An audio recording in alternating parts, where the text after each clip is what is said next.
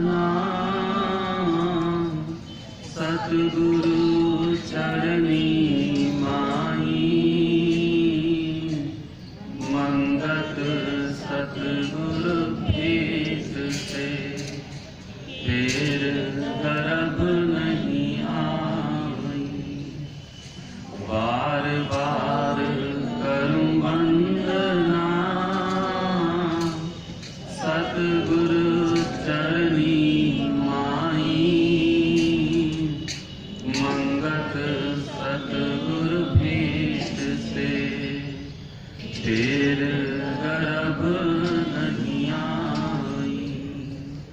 ओम ब्रह्म सत्यम। विषय है सदाचारी जीवन या जीवन का आधार सदाचार। इस विषय को सुनने से पूर्व हम सब एक छोटे से दृष्टांत के माध्यम से अपने आप को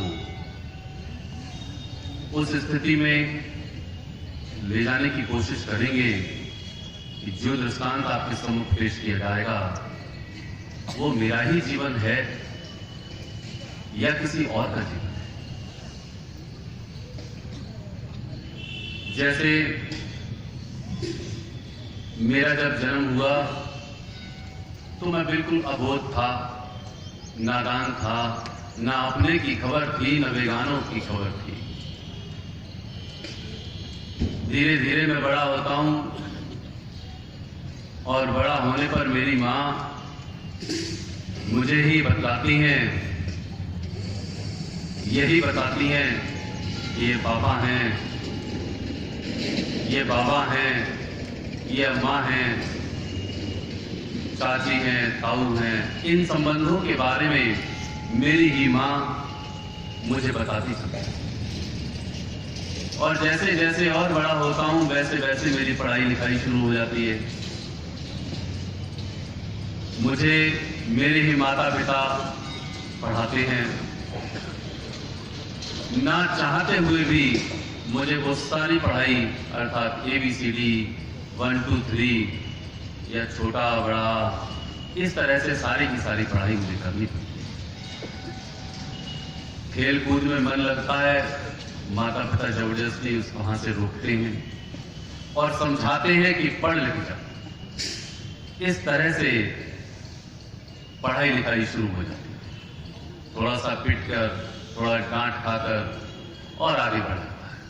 थोड़ा जीवन और बढ़ता है तो क्या देखते हैं कि वही पढ़ाई लिखाई मेरे लिए समझ आनी पड़ती है कि हाँ, सही मायने में अगर मैं पढ़ लिख जाऊंगा तो ठीक से अपनी जिंदगी को गुजर बसर कर सकूंगा, चाहे नौकरी में और चाहे व्यापार में। ये एक अलग विषय है। लेकिन जब मैं बड़ा होता हूं अर्थात हाई स्कूल इंटर करके, तब मुझे समझ आने लगती है कि पढ़ाई लिखाई भी ठीक है, लेकिन फिर मुझे कैरियर अर्थात अपने उस स्थिति को कायम करना होता है। उसकी फिक्र लग जाती है कि क्या मैं व्यापार करूं या मैं कोई नौकरी करूं। वो अपने अपने हिसाब से मेरे ही माता पिता मेरी रुचि के अनुसार आगे बढ़ाते हैं, चाहे व्यापार की ओर और चाहे नौकरी की ओर। इसके साथ साथ बराबर से मेरे अपने दोस्त कायम होते हैं, मेरा अपना घर परिवार कायम होता है, नाते रिश्ते कायम होते हैं। जो संबंध होते हैं उन संबंधों में मेरी चाल चलन होता है, मेरी अपनी एक पहचान बनने लगती है और उस पहचान को मैं कायम करने लगता हूं। चाहे वो सर्विस के दौरान शुरू हो जाती है कहानी आगे की जिंदगी की, या फिर किसी व्यापार के माध्यम से मेरी जिंदगी शुरू हो जाती है आगे की जिंदगानी। और उस जिंदगानी में मेरा अपना एक स्टेटस होता है, एक जिसको कहते हैं मेरा अपना एक लिविंग अर्थात जीवन का एक वो मानक के आधार पर मेरा अपना एक स्टेटस अर्थात लेवल हो जाता है। और उसी को आधार मान करके मेरे ही माता पिता मेरा विवाह कर देते हैं। मेरे गुणों के आधार पर, मेरे धन और मेरे आचरण के आधार पर एक लड़की देखते हैं या एक लड़का देख करके मेरा ब्याह कर देते हैं। ये सब की कहानी। और जैसे ही विवाह होता है आप देखते हैं 4 दिन की चांदनी शुरू होती है, दाम्पत्य जीवन शुरू होता है और उसके पश्चात फिर से अंधेरी रात शुरू होती है। अर्थात फिर से 2 से पहले 1 थे, फिर 2 होते हैं और 2 से फिर 3 हो जाते हैं। और जैसे ही मेरे बच्चे होते हैं फिर मेरा जीवन उनके लिए समर्पित शुरू हो जाता है कि मैंने एक अच्छे स्कूल में उसकी परवरिश करनी है। जैसे मेरा जीवन मेरे माता पिता के आधार पर शुरू हुआ, वैसे ही मैं अपने बच्चे के लिए फिर शुरू करता हूं कि बेटा ये हैं तुम्हारे बाबा, ये हैं तुम्हारे ताऊ, ये हैं हमारे चाचा। इस तरह से वो जिंदगी, वो चक्र जो मेरे लिए चला, वही चक्र मैं अपने बच्चों के लिए शुरू कर देता हूं। इस सारे चक्र में मेरी सारी की सारी कोशिश यही रहती है कि जितना ज्यादा से ज्यादा धन संपदा आ जाए, मेरा नाम हो जाए, वो मेरे लिए ठीक है। चाहे वो किसी भी प्रकार से मेरे लिए इकट्ठा हो, लेकिन मेरा जीवन एक ऐसे मानक के आधार पर हो जो मानक इस समाज में पहचान बना सके।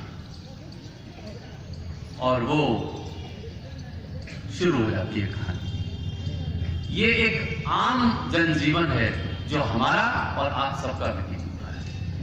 इसके साथ साथ वो कुछ दान पुण्य भी करता है, भगवान का भजन भी करता है, कहीं सत्संगों में किसी गुरु के पास और भी किसी मंदिर में मत्था टेक करके अपने उन कर्मों के फल को जो उसके जीवन में घटित हो रहे हैं उनको भी बदलने की कोशिश करता है और स्वयं अपने खाते में सुख को डालने की और अपने खाते से दुख को निकालने की कोशिश भी करता रहता है। किसी भी प्रकार से, किसी भी यज्ञ अनुष्ठान से, किसी भी पूजा पाठ से वो ये यत्न करता है कि किस तरह से मेरे पास सुख इकट्ठे हो जाएं और दुख मेरे दूर हो जाए। यही दौड़ उसकी जीवन की चलती है। इंद्रियों का भोग चलता है, इंद्रियों में रमण करता है। मन और बुद्धि की एक ही स्थिति होती है कि जितना ज्यादा से ज्यादा धन या संपदा या मेरी पहचान होगी, मेरा जीवन उतना ही सुखी हो जाए। ये उसका निर्णय है। उसके समस्त जीवन का ध्येय रजोगुण ही हुआ करता है, अर्थात संसार में ही विचरण हुआ करता है। क्योंकि उसकी पहचान अपने नाम से होती है, उसकी देह से होती है, उसका क्या साइज है, क्या उसका वेट है, क्या उसका रूप है, क्या उसका नाम है, क्या उसकी पहचान है। इसी तरह से वो जीवन को व्यतीत करने लगता है। यहाँ पर इस संपूर्ण दृष्टांत में जो जीवन का एक छोटा सा दृश्य दिखाया गया, ये मेरा और आपका सबका जीवन है और इसी जीवन के आधार पर हम अपना व्यतीत करते हैं। संपूर्ण वो जीवन का चक्र जिसमें मैं सुख पाने की कोशिश करता हूं। हर पल हर क्षण मेरे पास से दुख चले जाएं और सुख मेरे पास आ जाए। और इस जीवन में दास ने कोई ऐसी बात नहीं कही कि वो किसी को दुख देता है, गलत तरीके से कमाता है, गलत आचरणों में जा रहा है, गलत संगत को धारण करे हुए है। इस बात की बात नहीं कही। आमतौर पर यही जीवन हर मनुष्य जीवन जीना चाहता है और इसी जीवन को वो सदाचारी जीवन करके मानता है, जिसको वो अच्छा जीवन करके कहता है। ये मेरा बहुत अच्छा जीवन है, मैं किसी को धोखा नहीं देता, मैं किसी की साथ छल कपट नहीं करता। वो इस तरह से अपने जीवन को समझाता है। ज्यादा से ज्यादा धन इकट्ठा करने की कोशिश करता है, नाम बढ़ाने की कोशिश करता है और सारा का सारा जीवन उसका देह के आधार पर होता है, इंद्रियों में रमण करता है और जितने भी मेरे काम, क्रोध, मोह, लोभ और अहंकार हैं, इन सभी के साथ वो जीवन को व्यतीत करता है। क्योंकि जितनी ज्यादा इच्छाएं होंगी, जितनी ज्यादा उसके पास संपदा होगी, वो उसी तरह से अपने आप के लिए सुखी महसूस करता है। आज जो जिस स्थिति में है, जिसका घर जमीन का है, अर्थात जिसमें कोई ईंटें भी नहीं बिछी हुई, उसका एक ध्येय होता है कि मेरे घर में ईंटें बिछ जाएं। जिसके घर में ईंटें बिछी होती, वो कहता है मेरा फर्श पड़ जाए, फर्श हो कहता है पत्थर पड़ जाए, और पत्थर हो तो ग्रेनाइट टाइल्स हो जाए बढ़िया वाली। ये उसकी दिन प्रतिदिन हर क्षण उसकी एक ख्वाहिश थी बनी, और वो कहता है ये कोई गलत नहीं है।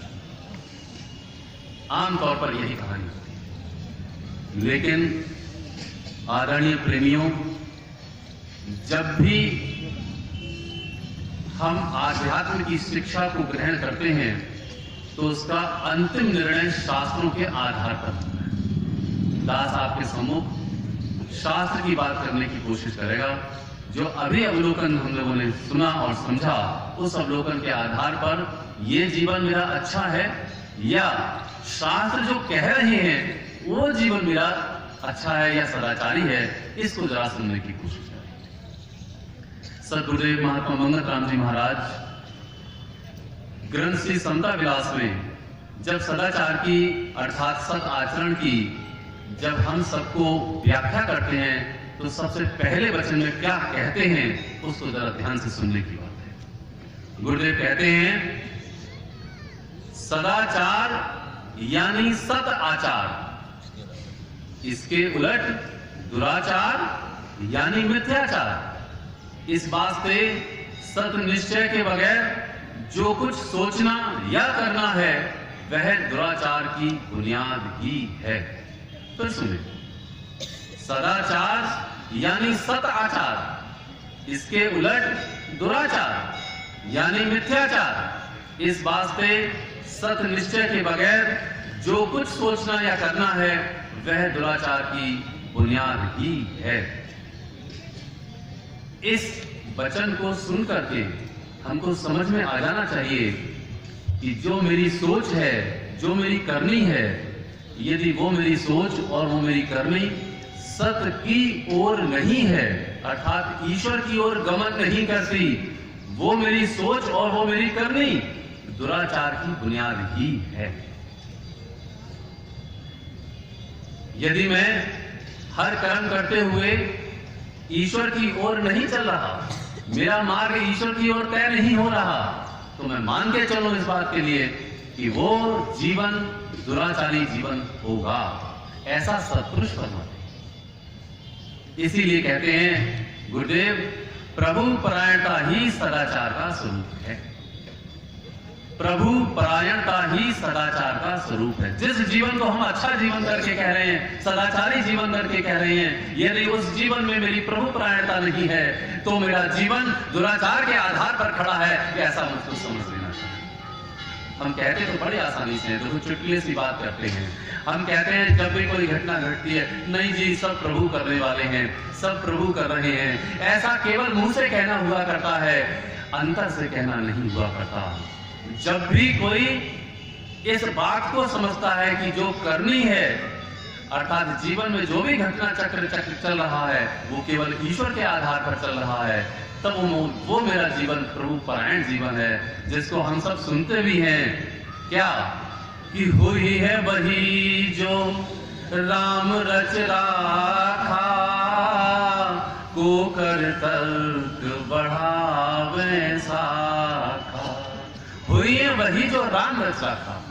ये गोस्वामी तुलसीदास जी ने जब रामचरितमानस में ये चौपाई लिखी और हम सब ने सुनी, तो न जाने कितने प्रेमियों ने यहां से सुनी होगी, लेकिन अंगीकार कितना किया। सदगुरुदेव महात्मा मंगत राम जी महाराज कहते हैं, होना है सो हो रहा, प्रभु की आज्ञा माही, आगे पीछे ना कर सके तिल भर तिस फरमाही। आगे पीछे तिल मात्र भी ना हम कर सकते हैं, ना वो कर सकते हैं, पूरी सृष्टि कुछ भी नहीं कर सकती। वचन में क्या फरमाते हैं गुरुदेव?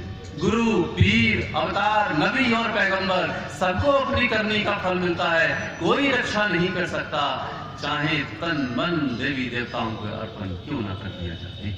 हम कितने भी पूजा पाठ क्यों ना कर लें, कितने भी यज्ञ अनुष्ठान क्यों ना कर लें, यदि हमारे जीवन के चक्र को कोई बदल सकता तो शास्त्र ऐसी बात क्यों कह रहे हैं? किसी के जीवन में सुख आ रहा है, किसी के जीवन में दुख आ रहा है, यदि वो दुख और सुख कोई बदलने वाला होता तो रामचरितमानस की ये चौपाई नहीं हमको सुनाई आती कि कोई न काहू सुख दुख कर दाता, निज कृत कर्म भोग सब भ्राता। कोई किसी को ना सुख देता है और ना दुख देता है, सब अपने अपने किए हुए कर्मों का फल भोगते हैं। अब जरा सोचने की बात है, यदि मेरा जीवन सदाचारी है, यदि मेरा जीवन सत्य के आधार पर चल रहा है, तो मेरी ये सोच कि मैं जितना ज्यादा से ज्यादा धन इकट्ठा कर लूंगा, मैं अपना मान बढ़ा लूंगा, मैं इंद्रियों के भोगों को इकट्ठा कर लूंगा, मैं सुखी हो जाऊंगा, ये सोच उसकी दुराचार की बुनियाद पर खड़ी है या नहीं खड़ी? जरा विचार तो करके देखें। और फिर हम कहते हैं नहीं जी, हम तो किसी का बुरा नहीं चाहते, हम तो प्रभु के भक्त की ओर ही हैं, हम तो बस प्रभु के मार्ग पर चल रहे हैं, जो कुछ हो रहा है प्रभु की इच्छा से हो रहा है। अरे अंतर से कितना विचार किया ये तो सोचें। इसीलिए गुरुदेव कहते हैं कि सत्य निश्चय के बगैर जो कुछ सोचना या करना है वह दुराचार की बुनियाद ही है। अभी जो हम पहला विचार सुन रहे थे, बहुत छोटी छोटी और बहुत अच्छी और मोटी बातें जो सुन रहे थे, हम समझे इस बात के लिए कि मेरी जो सोच है वो सोच सत्य के आधार पर है या असत्य के आधार पर है। मेरी हर सोच यदि ईश्वर से जुड़ जाती है, ध्यान रखना प्रेमी, यदि मेरी हर सोच ईश्वर से जुड़ जाती है तो वो सत्य के आधार पर है, वरना वो मेरी असत्य के आधार पर है और वो दुराचार की बुनियाद ही है। हम चाहे कुछ भी क्यों ना। गुरुदेव आगे क्या कहते हैं? गुरुदेव कहते हैं बगैर प्रभु परायण होने के और नाम चिंतन के सदाचारी होना अति मुश्किल है। प्रभु परायणता के बगैर जो सदाचार का ढोल पीटते हैं, उन अनजानों को सदाचार के जीवन का अभी पता ही नहीं। हमारे समाज में ऐसे कई लोग मिल जाएंगे, हमारे आसपास मिलेंगे, जो हमको समझ में आते हैं, जो अपना जीवन शुद्ध करके देखते हैं। सत्संग में खोटे विचारों को त्यागना और अच्छे विचारों को ग्रहण करना, ये एक बात आधार पर रखी जाती है। लेकिन प्रभु प्रेमियों, शास्त्र के आधार पर जब हम इसका अवलोकन करते हैं तब हमको पता चलता है कि जो सोच हमारी प्रभु के अतिरिक्त जो भी सोच और करनी है वो सब दुराचार की बुनियाद है। ये केवल सत्संग में पता चलता है, शास्त्रों के मर्म को जानकर के पता चलता है। यदि ऐसा नहीं है तो हम मान के चले कि हम वो दिन दूर नहीं, हम उस स्थिति पर पहुंच जाएंगे जिस स्थिति में लंका का राजा रावण हुआ करता था। क्या ज्ञान कम था? क्या तपस्या कम थी? कौन सी स्थिति थी? भोलेनाथ को साक्षात प्रकट किया, साक्षात वरदान प्राप्त किया, लेकिन सारे भोगों को इकट्ठा किया। उसके पास ऐसा कोई भोग था ही नहीं जो लंका के राजा रावण के पास ना, सब कुछ था उसके पास। लेकिन भगवान कृष्ण गीता में कहते हैं रजसा तु फलम दुखम, राजसी फल का, राजसी जो फल है उसका अंत में जो परिणाम है वो दुख स्वरूप है। आप कितने भी राजसी भोग क्यों ना भोग लें, लेकिन अंत में राजसी योग तामसी में परिवर्तित हो ही जाएगा, कोई शक्ति उसमें बदल ही नहीं सकती। यदि तूने राजसी भोगों को अपनी इंद्रियों के साथ भोगना शुरू कर दिया तो मान के चल कि तेरा पतन शुरू हो चुका है। इसीलिए सद्गुरुदेव महात्मा मंगल प्राण जी महाराज अगले वचन में हम सबको इसका इलाज समझाने की कोशिश करते हैं, उसकी ओर चले। यदि हमको ये बात अब तक समझ आ गई है कि जो मेरा जीवन है वर्तमान में भले ही चाहे कितना भी क्यों ना अच्छा हो, यदि वो अच्छा जीवन होते हुए भी प्रभु की ओर गमन नहीं कर रहा तो वो एक दिन दुराचार की बुनियाद बन जाए।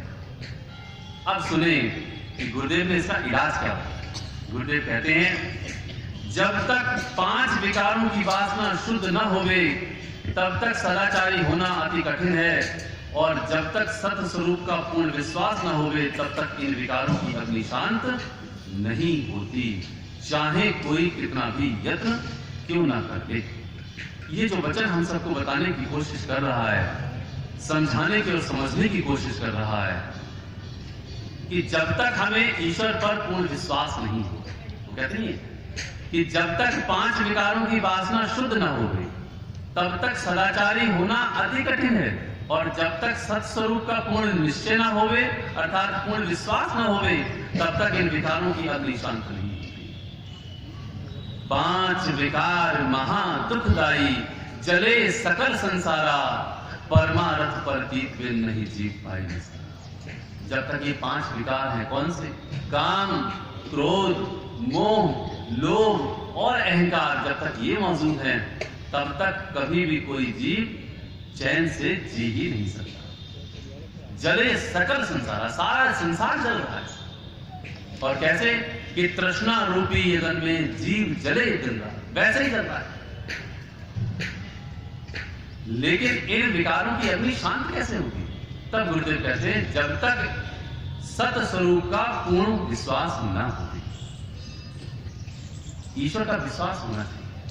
सदगुरुदेव महात्मा मंगत राम जी महाराज जो हम सबके गुरु हैं, उन पर विश्वास होना चाहिए कि जो वचन यहाँ पर दिया गया है वो वचन मिथ्या नहीं है, वो पूर्ण रूप से ठीक है। यदि मैं इसका पालन नहीं करूंगा तो मुझे चैन नहीं मिलेगा। भगवान राम, भगवान कृष्ण जो गीता में कहते हैं, भगवान राम जो गोस्वामी तुलसीदास के माध्यम से रामचरितमानस में और रामायण में कहते हैं, वाल्मीकि कृत के द्वारा, वो सब कुछ सही है, ये विश्वास होना चाहिए। लेकिन आज मेरा विश्वास कहां टिका हुआ है? आज मेरा विश्वास है ही नहीं।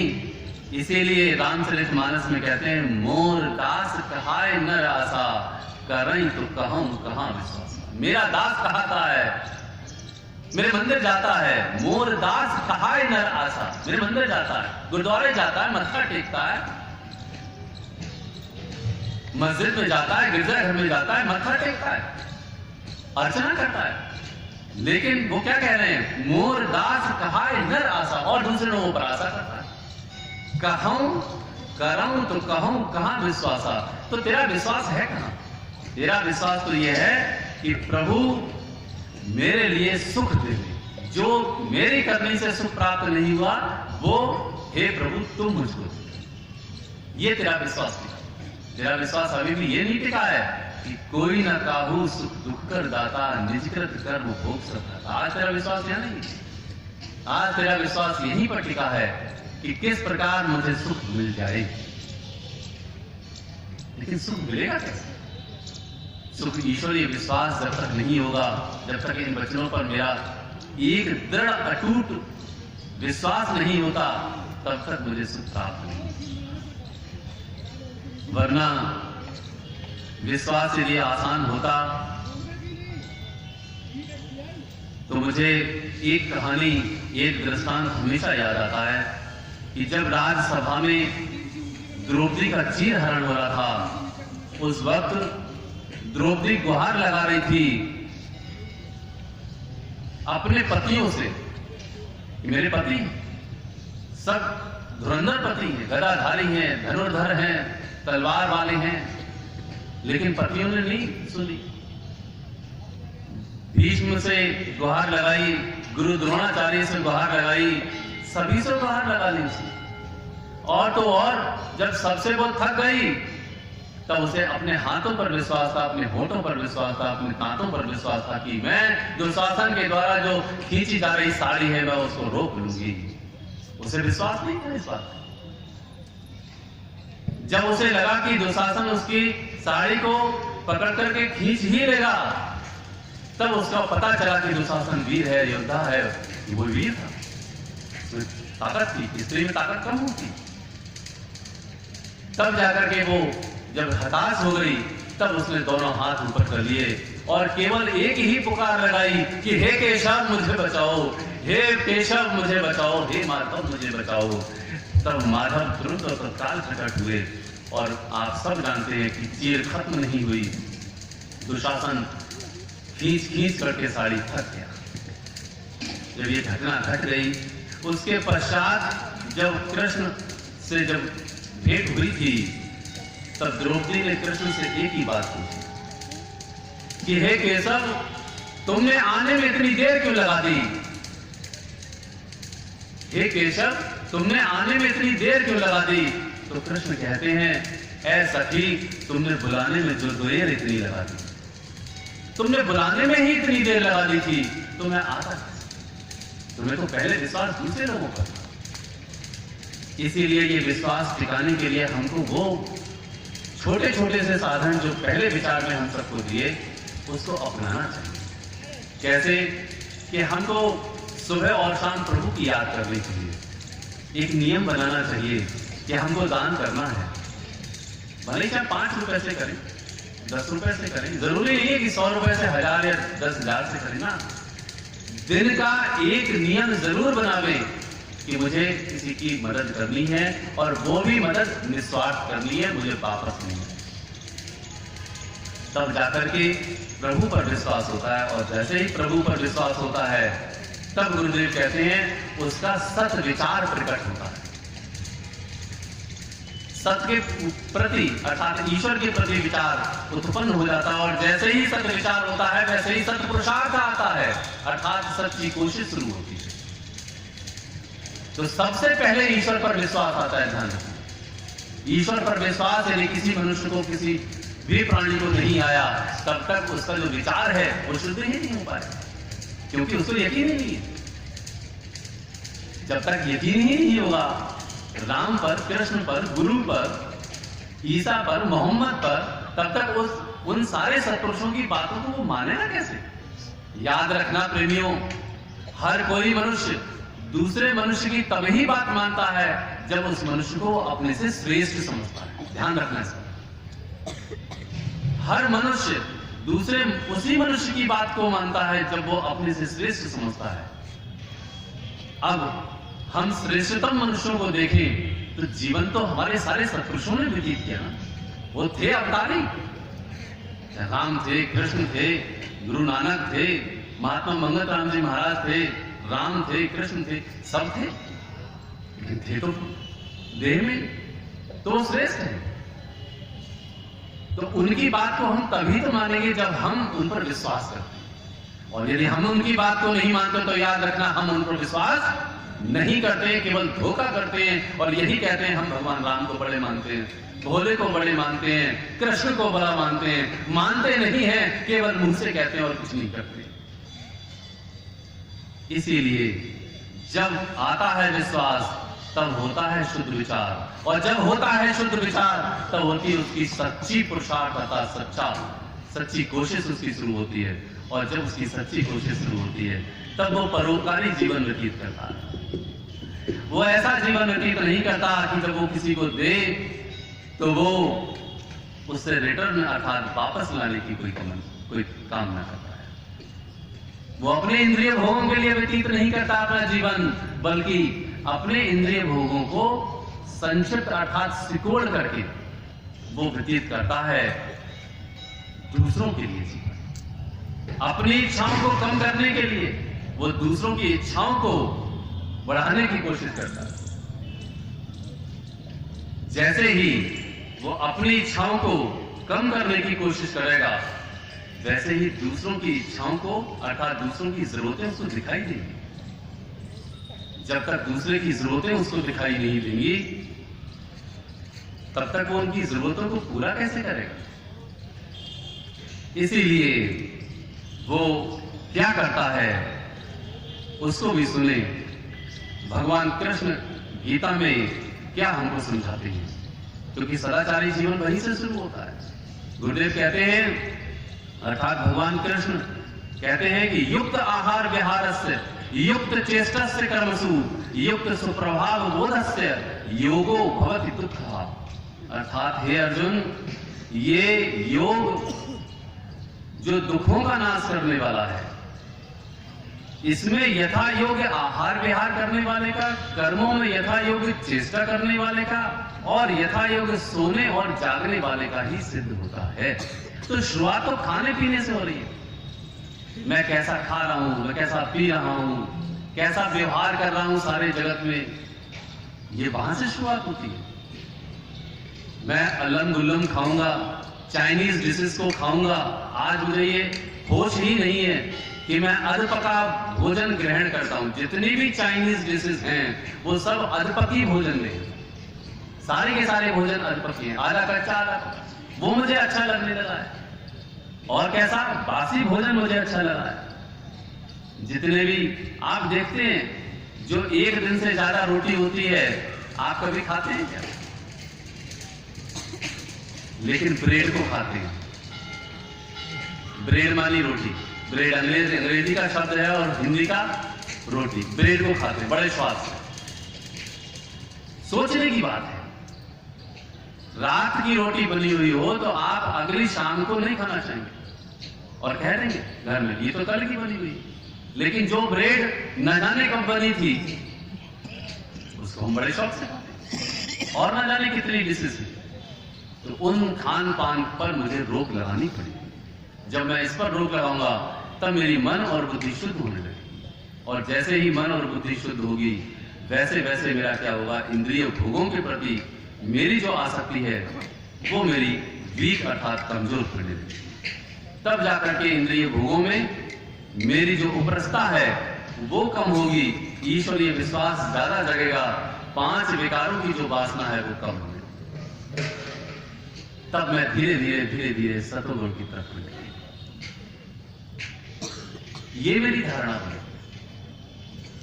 तो इसीलिए जैसे जैसे मैं सुबह और शाम सिमरन करूंगा, भले ही चाहे 5 मिनट का सिमरन करें, वो मेरी ईश्वर परायणता है, वो मेरी प्रभु परायणता है। ऐसा जीवन जब मैं जीता हूं तब वो मेरा सदाचारी जीवन है। ऐसा जीवन मैं जब जीता हूं तो वो मेरा जीवन सत आचरण में है। इसीलिए जब माता शबरी ने अपने गुरु मतंग ऋषि से जब दीक्षा पाई तब उसने अपना जीवन सत में आचरण करके बिताया। उसका जीवन का नियम था। उस नियम के आधार पर महर्षि मतंग ने अपनी शिष्या माता शबरी से कहा था, शबरी तेरी भक्ति बड़ी प्रबल है, एक दिन राम तेरे दर पर खुद आएंगे। अपने गुरु पर विश्वास करके माता शबरी दूर किनारे जंगल में झोपड़ी बनाकर खुद रहने लगी और इंतजार करने लगी कि भगवान राम कब आएंगे, वो परमेश्वर वो ईश्वर कब आएगा।